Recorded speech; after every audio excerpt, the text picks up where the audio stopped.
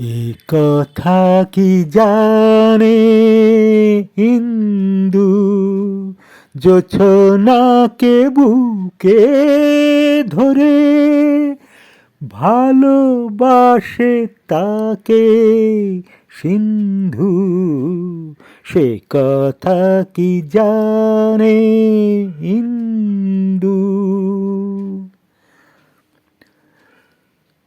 যেখানে যখনই থাকি ওই মুখ ধরে রাখি, আমি যেন পদ্ম পাতায় একটি শিশির বিন্দু।